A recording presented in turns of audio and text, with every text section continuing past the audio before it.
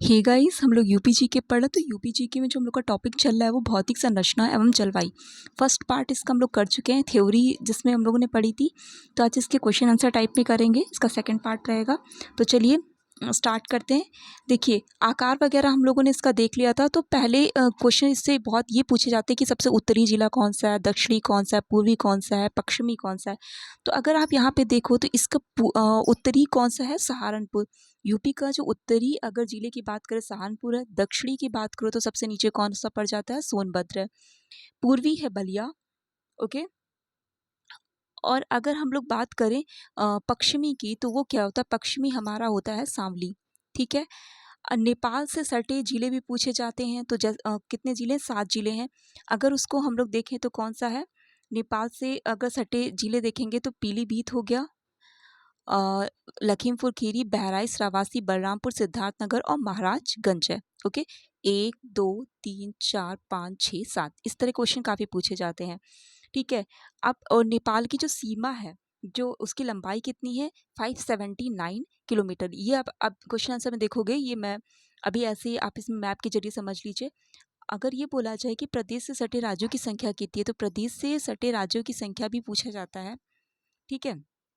तो वो कितने हैं, 8 राज्य और एक केंद्र शासित प्रदेश दिल्ली है। ठीक है। उस 8 राज्यों में हरियाणा हो गया, हिमाचल प्रदेश जो कि सहारनपुर से छूता है, उत्तराखंड हो गया।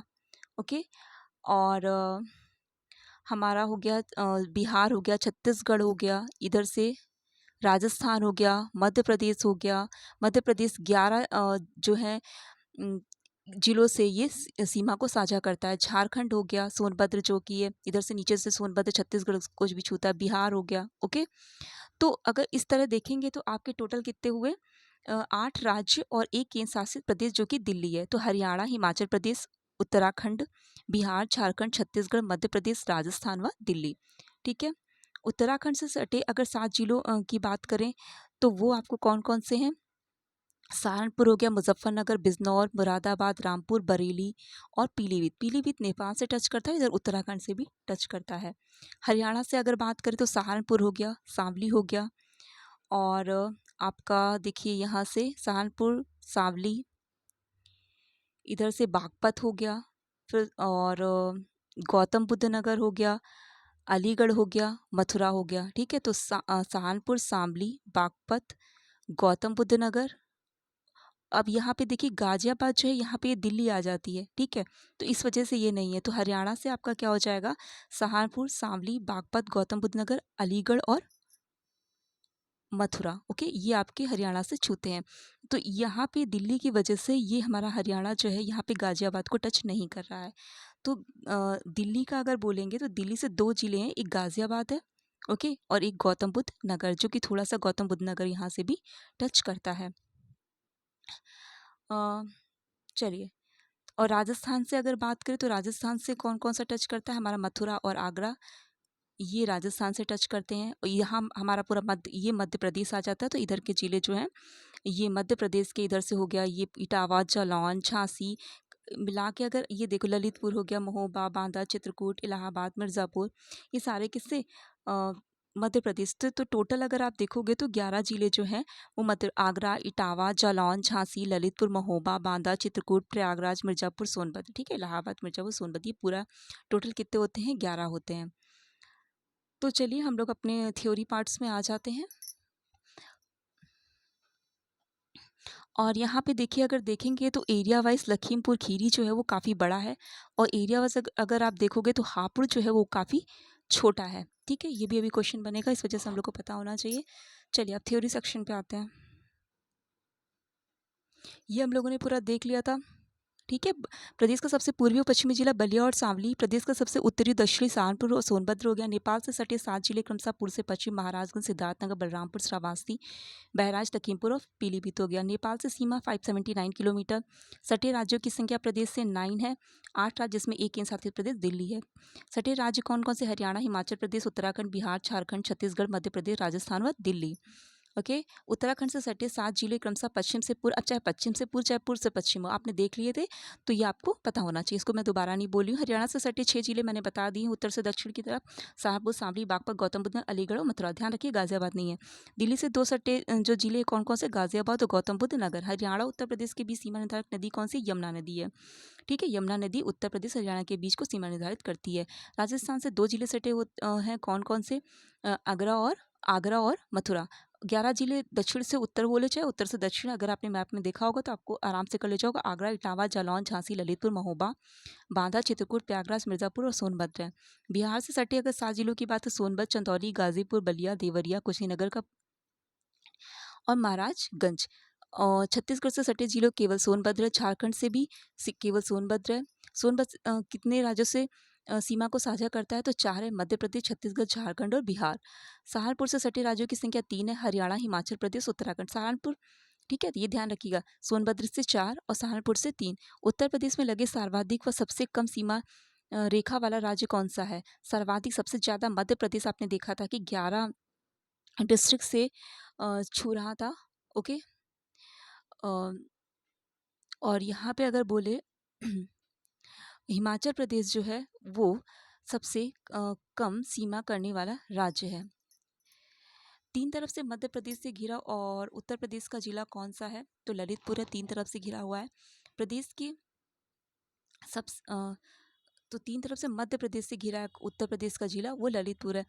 प्रदेश के सबसे दक्षिणी बिंदु सोनभद्र को स्पर्श करने वाला राज्य छत्तीसगढ़। दक्षिणी बिंदु की बात कर रहे हैं। प्रदेश का सबसे उत्तर पश्चिम बिंदु सहारनपुर को स्पर्श करने वाला हिमाचल प्रदेश है। प्रदेश के सबसे पूर्वी बलिया और सबसे पश्चिमी शामली बिंदु को स्पर्श करने वाले राज्य क्रमशः कौन से हैं? बलिया वाला बिहार और शामली जो हरियाणा से। प्राकृतिक विभाजन की बात कर रहा है, उत्तर प्रदेश प्राचीनतम भूखंड गोंडवाना लैंड का एक भाग है। प्राकृतिक विभाजन गंगा का मैदान, भाबर तराई और दक्षिण का पर्वत पठार, आपने पढ़ा था।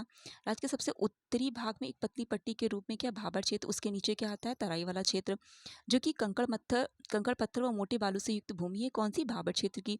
भाबर क्षेत्र से सटे दक्षिण में एक चौड़ी पट्टी के रूप में पूर्व से पश्चिम तक फैला है तराई या तरी वाला क्षेत्र। ठीक है, समतल नम व दलदली भूमि को तराई क्षेत्र वाला कहते हैं। तो इसकी जो तराई वाली है वो समतल है, नम और दलदली है। और कंकड़ पत्थर वाली कौन सी है, भाबर की है। तराई क्षेत्र की मुख्य फसलें कौन सी है, धान, गन्ना, क्योंकि यहाँ की भाई धान और गन्ने के लिए हमें नम वाली भूमि चाहिए, तो यहाँ पे है। तराई क्षेत्र के उत्तर व बुंदेलखंड पठार क्षेत्र के दक्षिण स्थित है, मैदानी क्षेत्र है। ठीक है, तराई क्षेत्र के उत्तर में, बुंदेलखंड पठारी क्षेत्र के दक्षिण में स्थित है, मैदानी क्षेत्र। यमुना के पूर्व, गंडक के पश्चिम में स्थित है, मैदानी क्षेत्र। गंगा, यमुना, घाघरा, शारदा, रामगंगा, राप्ती व गंडक द्वारा लाई गई कॉप व कीचड़ व बालू से निर्मित है, मैदानी क्षेत्र निर्मित है। मैदानी क्षेत्र के नवीन कॉप निक्षेपों को कहा जाता है खादर या कछार। मैदानी क्षेत्र के पुराने कॉप निक्षेपों को क्या कहा जाता है, बांगर। जो नई है तो उन्हें क्या बोलते हैं, अब देख, खाद, खाद जो होता है वो अच्छी, तो ऐसे ध्यान रखिएगा। तो नवीन कॉप वाली जो है, नई वाली खादर है, कछार है। पुराने कॉप वाली जो होती है वो बांगर होती है। मैदानी क्षेत्र की ऊंचाई 80 से 300 मीटर, ये सब हम लोग पढ़ चुके हैं पिछले वीडियो में। मैदानी क्षेत्र की ढाल उत्तर पश्चिम से है। मैदानी क्षेत्र का अगर बोला जाए तो उत्तर पश्चिम से लेके दक्षिण पूर्व की तरफ है। ठीक है, उत्तर पश्चिम से दक्षिण, ये ध्यान रखिएगा, क्वेश्चन बहुत कंफ्यूजन हो सकती है। तो उत्तर पश्चिम से दक्षिण पूर्व की तरफ है। खादर क्षेत्र में नदियों द्वारा आवरण क्षय होने से बनते हैं बीहड़। प्रदेश में सर्वाधिक बीहड़ों का निर्माण हुआ है चंबल यमुना तट पर। मैदानी क्षेत्र की मुख्य फसलें हैं गेहूं, धान और आलू। विशाल मैदान क्षेत्र के दक्षिण में झांसी, ललितपुर, सोनभद्र तक फैला हुआ पठारी, पहाड़ी या बुंदेलखंड क्षेत्र।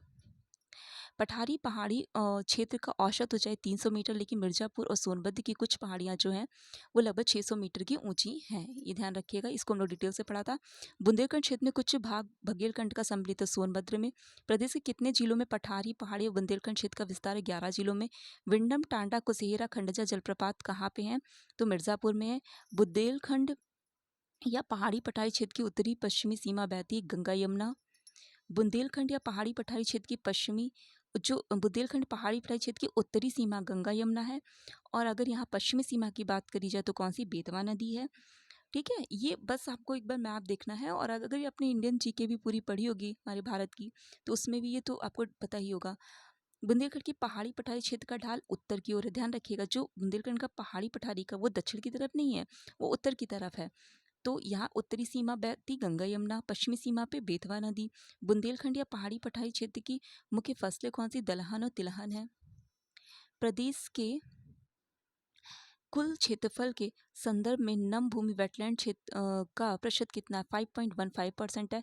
प्रदेश का सर्वाधिक नम भूमि वेटलैंड क्षेत्र वाला जिला कौन सा है? तो कौन सा? सोनभद्र 5.08%। प्रदेश का सबसे कम नम वाला बोला जाए सर्वाधिक वाला तो वेटलैंड कौन सा है? वो सोनभद्र है। लेकिन जो नम भूमि सबसे कम वाला जिला कौन सा? तो बागपत और हाथरस है। बागपत व हाथरस।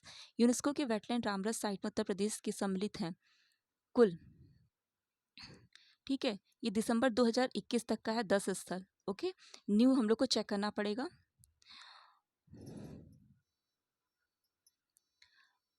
चलिए, जलवायु में उत्तर प्रदेश की जलवायु मुख्य रूप से उष्ण प्रधान से तोष्ण कटिबंधीय है एवं मानसूनी है। फिर भी धरातली विषमताओं और समुद्र तल से विभिन्न स्थानों की भिन्न भिन्न ऊंचाइयां होने के कारण यहाँ की जलवायु में विषमता मिलती है।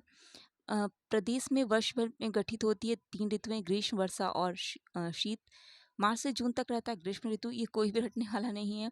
प्रदेश का सबसे गर्म महीना जून, सबसे ठंडा बोला जाए जनवरी। ग्रीष्म ऋतु में प्रदेश के उत्तरी भाग से दक्षिणी भाग तक, पूर्वी भाग से पश्चिमी भाग की ओर बढ़ने वाले तापमान क्रमशः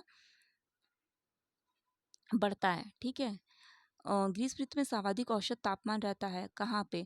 तो आगरा सहित बुंदेलखंड क्षेत्र में जो होता है वो काफ़ी तापमान रहता है। ग्रीष्म ऋतु में प्रदेश के उत्तरी भाग से दक्षिणी भाग तथा पूर्वी भाग से पश्चिमी भाग की बात, उत्तर से दक्षिण और पूर्व से पश्चिम की बात करें तो तापमान जो होता है वो बढ़ता है। ओके, 10 जून 2019 को बांदा का तापमान कितना रिकॉर्ड किया? 49.2 डिग्री सेल्सियस। ग्रीष्म ऋतु में प्रदेश के दक्षिणी भाग बुंदेलखंड में अधिक तापमान होने के कारण कर्क रेखा का नजदीक होना होता है। प्रदेश में जुलाई से अक्टूबर तक रहती है वर्षा ऋतु होती है। बंगाल खाड़ी के मानसून को कहा जाता है पूर्वा। प्रदेश में होने वाले संपूर्ण वर्षा का 80 से 83% भाग पूर्वा दक्षिण पश्चिम मानसून से। प्रदेश में पूर्वा से सर्वाधिक व सबसे कम वर्षा होती है पूर्वी तराई व पश्चिमी मैदानी क्षेत्र में। जो सबसे ज़्यादा होती है तराई में और सबसे कम होती है पश्चिमी मैदानी क्षेत्र में। सर्वाधिक सबसे कम वर्षा वाला सर्वाधिक गोरखपुर में 184.7 सेंटीमीटर और कम मथुरा 54.4 सेंटीमीटर। प्रदेश में पूर्व से पश्चिम तथा उत्तर से दक्षिण चलने वाली वर्षा की मात्रा घटती है। पूरब से पश्चिम की तरफ और उत्तर से दक्षिण की तरफ वर्षा की मात्रा क्या होती है? घटती है, ये ध्यान रखिएगा। प्रदेश में सर्वाधिक वर्षा वाला महीना जुलाई। पूर्व उत्तर प्रदेश में वर्षा की संभावित अवधि 56 दिन है, जबकि पश्चिमी उत्तर प्रदेश में मात्र 32 दिन है। प्रदेश के विभिन्न भागों की औसत वार्षिक वर्षा तराई क्षेत्र में 150, पूर्वी मैदान में 112, मध्यवर्ती मैदानों में 94 और पश्चिमी मैदान में 84 सेंटीमीटर, दक्षिणी पहाड़ी पठारी क्षेत्र में 91 सेंटीमीटर है। ओके, तो प्रदेश का औसत 95 सेंटीमीटर है। प्रदेश में नवंबर से फरवरी तक रहता है कौन सा? शीत ऋतु रहता है। प्रदेश का सबसे ठंडा महीना जनवरी है। शीत ऋतु में प्रदेश में उत्तर से दक्षिण बढ़ने पर तापमान क्या होता है? तो उत्तर से अगर दक्षिण में बढ़ता है तापमान। शीत ऋतु में सबसे कम तापमान रहता है सबसे कम तापमान रहता है उत्तर पश्चिम के जिलों में, ठीक है। इनको एक बार देख लीजिएगा। चलिए, ठीक है, रटना नहीं है, कॉमन सेंस की बात है, क्योंकि अगर आपने इंडियन जीके में उसकी जलवायु पढ़ी होगी तो ये आपको आराम से समझ में आ जाएगा। चलिए, थैंक यू, इतना ही रखते हैं।